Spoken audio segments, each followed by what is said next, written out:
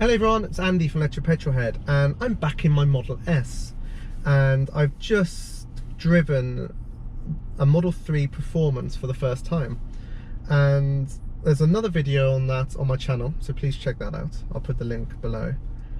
But I thought it'd be interesting to quickly record my sort of first 5 minutes drive in my Model S after experiencing the Model 3, because the S has been around a long time, and yes, it did the facelift, and you know, but it's a lot older car compared to the Model 3, and a lot of people think it's, you know, like the granddad of the Tesla family, and I really don't think it is. I've just driven out of the multi-story car park, down the ramps, and it's such a lovely place to be. I was a bit worried that I was going to drive the Model 3 Performance and it was going to be so much better than my Model S. I was going to feel really fed up because it's not big enough to be our main family car, and having two Teslas is not something I can really justify, and I think that's a bit much. And we really love the i3 as well, so I was really worried I was going to love it so much more than my Model S, and actually I don't. I think they're both really good cars, and I'm trying not to be a Tesla fanboy here because I know that's pretty much pointless. But you know, just driving the S hides its speed well, so when you do something like that, just pull out and, you know, accelerate up to 70 on a dual carriageway. You know, I am feeling the weight now going around a roundabout compared to the Performance Model 3. But the acceleration and everything else just felt as effortless as any Tesla does, and this is why a lot of people test drive other brands, but they keep coming back to Tesla because there's something about them that other brands just are not quite getting, and I haven't quite worked that one out. They're just special, and considering they're electric cars and, you know, don't make any noise, it's really interesting that as a lifelong petrolhead who really loves all cars, I'm feeling very blessed and humbled that I'm able to drive one of these every day. I think it's a really wonderful situation to be in, and I wouldn't sell it and buy, you know, an RS6 or C63 or anything like that, because I think I've missed a Tesla. And when I dropped off the Model 3, I went in and I was speaking to some of the Tesla employees, and I said, you're in a really nice situation as a company now, because you've got a car for pretty much everyone.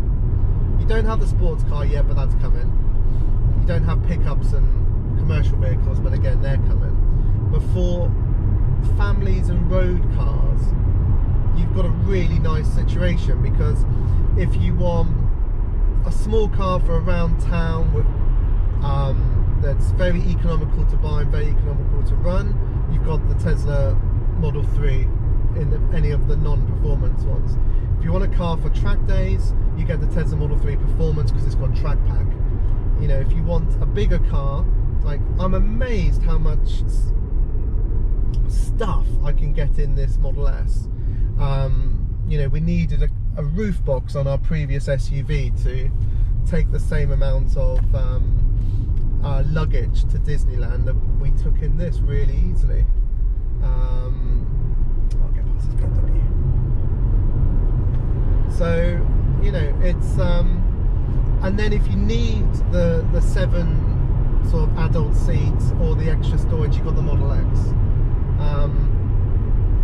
And I don't know, again, I don't want to sound like a fanboy, and Tesla are definitely not perfect, but their range of cars is really good because you can't go wrong with whatever you buy.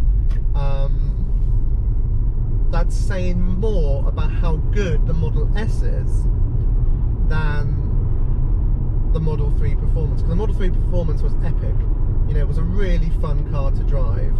I would have preferred a slightly bigger steering wheel. I think that would have helped. Other than that, it's pretty much perfect for what it is.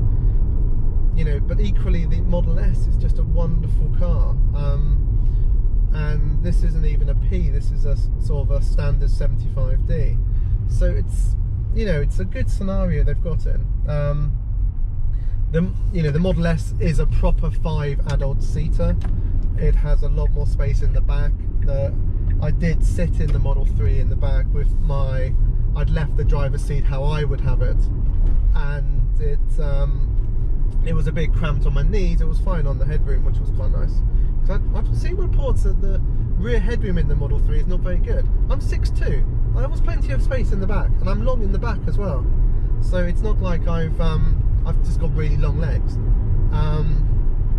So yeah, bit of a random video this. I just thought it would be good to just share my thoughts on my first sort of 5 minutes driving my Model S after driving basically the car of the year, which is the Model 3 Performance.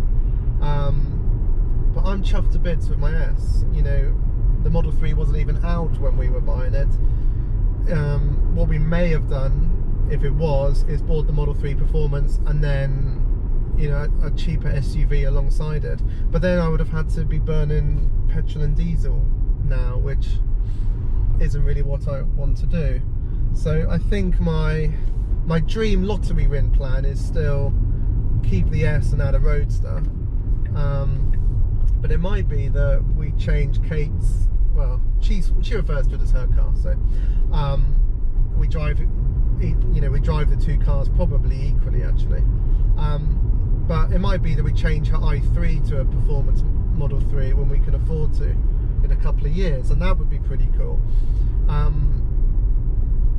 You know, because then you've got the track, you know, the track packs. You could do track days in that, and it'd be pretty sweet. But yeah,